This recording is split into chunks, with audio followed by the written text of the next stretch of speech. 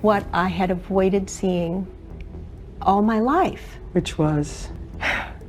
Boy, that's memories that would drop you bone by bone, that would just floor you. For 60 years, she played the women who made America feel loved. Mothers who showed up, wives who stayed, neighbors you trusted without asking why.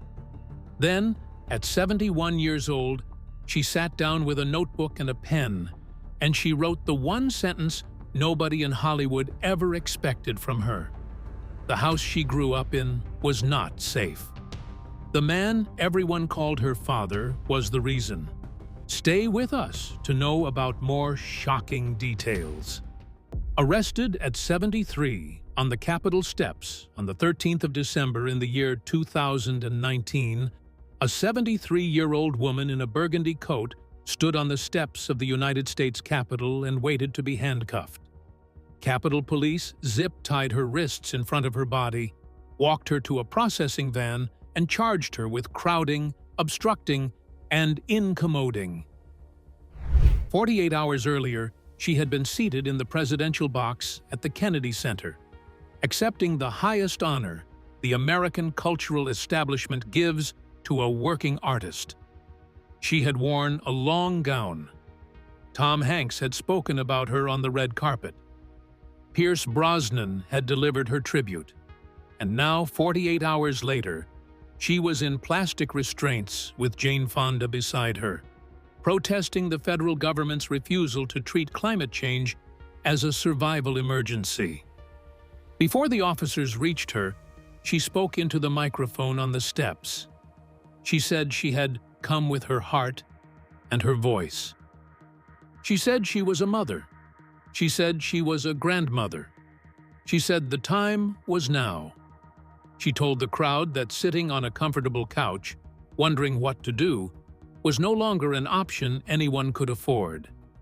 And when a reporter asked her what the handwritten sign from her most famous film role would say if she were to hold it up above her head today, she answered with a single word: union.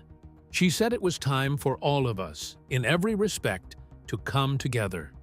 She said there were more important things in the world than which camp a person belonged to. The version of her that showed up at the Capitol that morning was the version that had been buried inside her since she was 4 years old.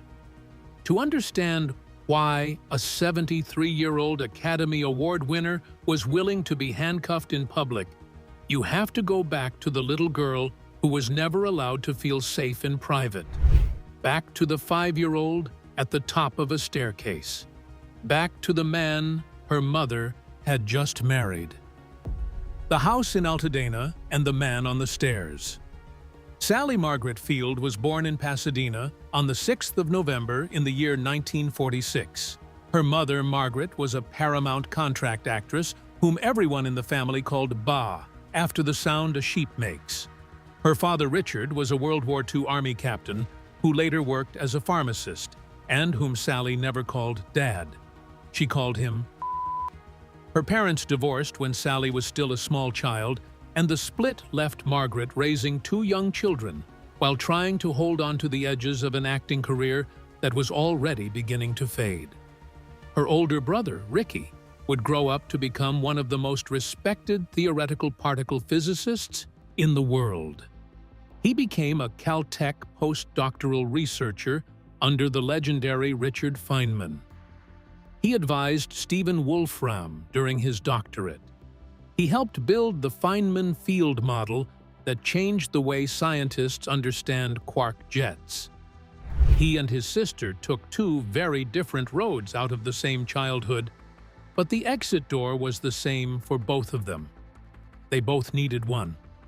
The childhood itself happened mostly at the Gray River Rock cottage of her grandmother Joy, tucked into the foothills of Altadena above Pasadena. Joy worked at the Bullock's department store in Pasadena and soaked her aching feet in Epsom salts at the dining room table while playing canasta in the evenings. Sally has written that Joy was a quiet, fierce devotion, a rock inside her, a safe spot she had always relied on, without knowing she had it. That cottage and that woman would be the only genuinely steady place of Sally's early life. In January of the year 1952, when Sally was 5 years old, her mother remarried. The new husband was a man named Jacques Joseph O'Mahony, a Chicago-born former Marine pilot who had instructed flyers during the war and who had built a second career in Hollywood as one of the most celebrated stunt performers in the industry. He stood 6 feet 4 inches tall. He weighed around 220 pounds. He had doubled for Errol Flynn, John Wayne, Gregory Peck, and Randolph Scott. He was the star of a television western called The Range Rider. Audiences knew him as Jock Mahoney. He would later become the 13th actor to play Tarzan on a movie screen. Sally was 4 years old when he first entered her life. She was roughly 14 when what was happening inside that household finally stopped. For 10 long years, the man who was supposed to be her guardian was the reason she taught herself how to disappear inside her own body. She has written that she learned to send herself out of the room so completely that the fear could not find her. Her own mother, she has said in her own words, was not a person she could expect protection from.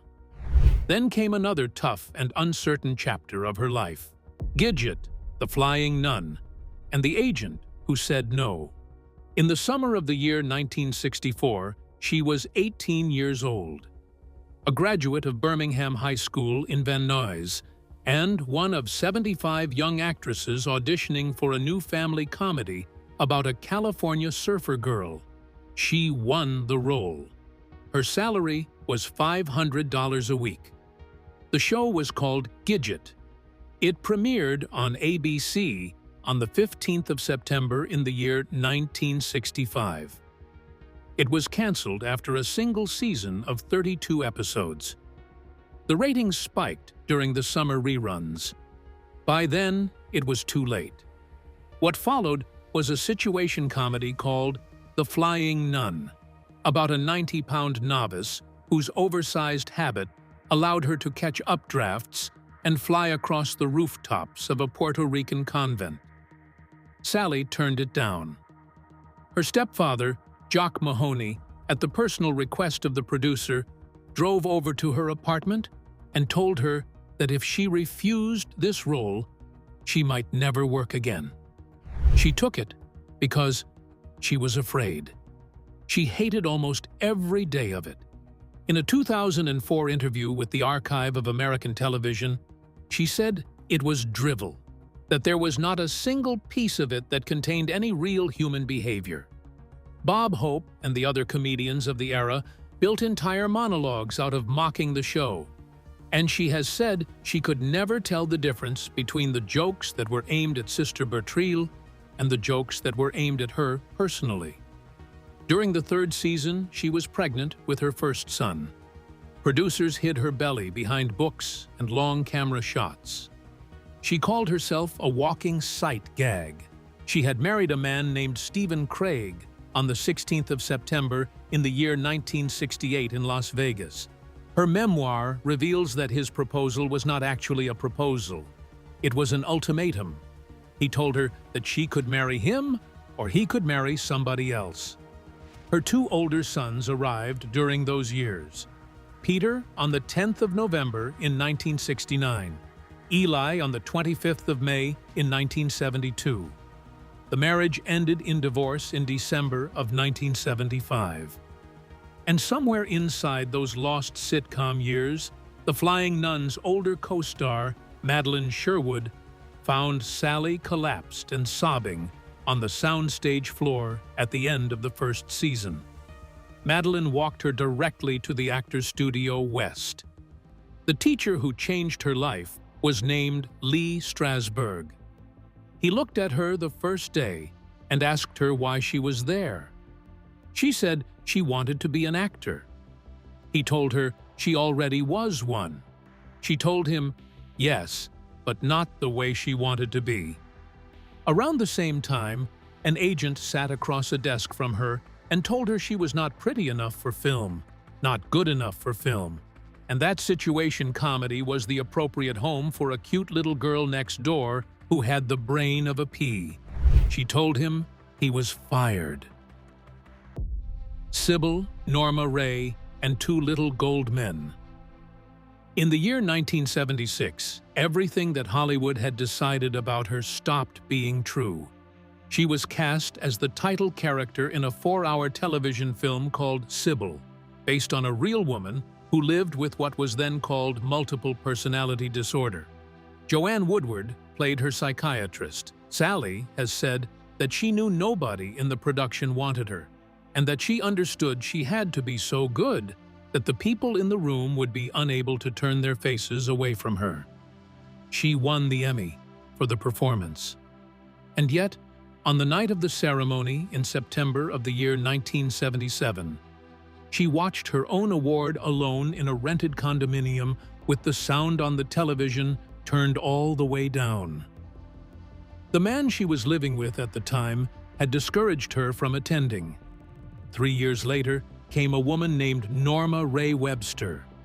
The film was directed by Martin Ritt, who cut his own salary in half to get it made. It was inspired by a real textile worker named Crystal Lee Sutton, who had been fired from a North Carolina mill in the year 1973 for trying to organize a union. Sutton wrote the word union on a piece of cardboard, climbed onto her work table, and turned slowly in a circle while her co-workers, one by one, shut off their machines. Sally Field recreated that moment for audiences around the world, and her whole career was reordered because of it. She won Best Actress at the Cannes Film Festival. She won her first Academy Award on the 14th of April in the year 1980. She later wrote in her memoir that standing in Norma Ray's shoes was how she first felt her own feet. 5 years after that came her second Oscar for Places in the Heart, in which she played a Depression-era widow trying to hold a Texas farm together after her husband's sudden death. The speech she gave at the ceremony has been misquoted by almost everyone who has ever repeated it. She did not say, "You really, really like me." What she actually said, according to the official Academy speech archive, was that she had not had an orthodox career, that she had wanted more than anything to have the respect of her peers, that the first time she won, she had not felt it, but that this time she could feel it, and that she could not deny the fact that they liked her. Right now, they liked her. In the year 2022, she told the Today Show that sometimes she wants to punch the people who misquote her in the nose because they never bother to include the context of the sentences that came before. For almost her entire adult life, the world had been handed a version of Sally Field that she herself had carefully shaped for public safety. But somewhere past her 65th birthday, her own silence starting to feel heavier than the truth underneath it, she picked up a pen and began writing the one version of her story that Hollywood had never been allowed to see. The notebooks, the microphone, and the truth. At 71. There is a reason her memoir devoted so many of its most searing pages to Burt Reynolds, and it is not tabloid gossip. In her own language, the relationship was a pre-formed rut in her road, a piece of pre-programmed behavior that she fell into blindly, as if she had pledged a soul-binding commitment to the man in some earlier life. She told National Public Radio in the fall of the year 2018 that because of her relationship with her stepfather, she had learned as a child that in order to be seen and to be loved, she also had to be terrified. Burt Reynolds, she said, was the adult restaging of that exact equation. They made 4 films together between the years 1977 and 1980. One of those films was called The End. It was directed by Reynolds himself. It featured, in his final screen role, her stepfather, Jock Mahoney. She has described the experience of standing on that soundstage, across from the man who had abused her for a decade, while being directed by the man who was currently destabilizing her adult life, as utterly surreal. On Sally's 65th birthday, the 6th of November in the year 2011, her mother, Margaret, died. The timing was not symbolic in any arranged way. It was simply the life she was given. A short while later, while she was preparing to play Mary Todd Lincoln for Steven Spielberg, Sally finally told her mother what Jock Mahoney had done inside their house. The conversation happened near the end of Margaret's life. Her mother acknowledged that she had known something. Spielberg had initially turned her down for the role of Mary Todd. He told her, after a first screen test, that he simply could not see her in the part. 24 hours later, he called her back and said he could not get her out of his mind. Daniel Day-Lewis flew from Ireland for a single afternoon screen test. The two of them improvised for 90 minutes, and neither of them could remember afterward what they had actually done or said. On the drive home, both men called her at once and asked her, together, if she would be their Molly. During the production, she and Day-Lewis texted each other constantly, always in character. She signed her messages, Molly. She then sat down with her notebooks and a pen and began to write her own life by hand, without a ghostwriter, without an editor shaping the early drafts. 7 years of drafting. She narrated the audiobook herself. The book was titled In Pieces. It was published by Grand Central on the 18th of September in the year 2018. It became a New York Times bestseller and was named one of the notable books of the year. On Fresh Air with Terry Gross, she said something very simple. She said she had written the book for herself. She said she had not known whether she would ever have the guts to publish it. She said she had felt an urgency, an anxiety, a need to find something that was festering inside her. And the reason the book exists, in the end, is contained in one sentence from her Diane Sawyer interview that everyone who writes about her eventually returns to. Child inappropriate abuse is so damaging, she said, because it is so complicated.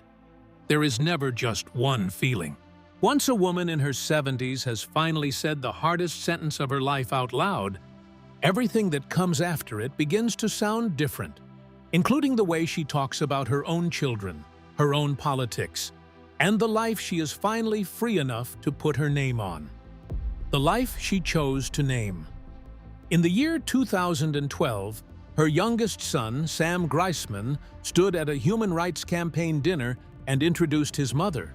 He said that when he had come out to her, she had not blinked, that she had in fact been overjoyed, and that being gay was simply one more thing about him that she loved. His mother walked to the microphone and told the audience that nature had made Sam, that it had not been a choice, and that the only possible response was, "So the fuck what?" In the year 2018, Sam tweeted a screenshot of a text his mother had sent him about the Olympic figure skater Adam Rippon. The text told him Adam was insanely pretty and that Sam should find a way. She met Rippon herself at the Human Rights Campaign Los Angeles dinner a few weeks later. Her 3 sons are grown now. Peter Craig is an Academy Award-nominated screenwriter whose credits include Top Gun, Maverick, The Town, The Batman, and the Apple TV series Dope Thief. Eli Craig is a film director best known for the cult horror comedy Tucker and Dale vs. Evil. Sam Greisman is a writer, a director, and a producer who, in a 2023 essay in People magazine, described himself as painfully and occasionally ashamedly a mama's boy, and described his mother as a safe space, a hip he was attached to. She has 5 grandchildren.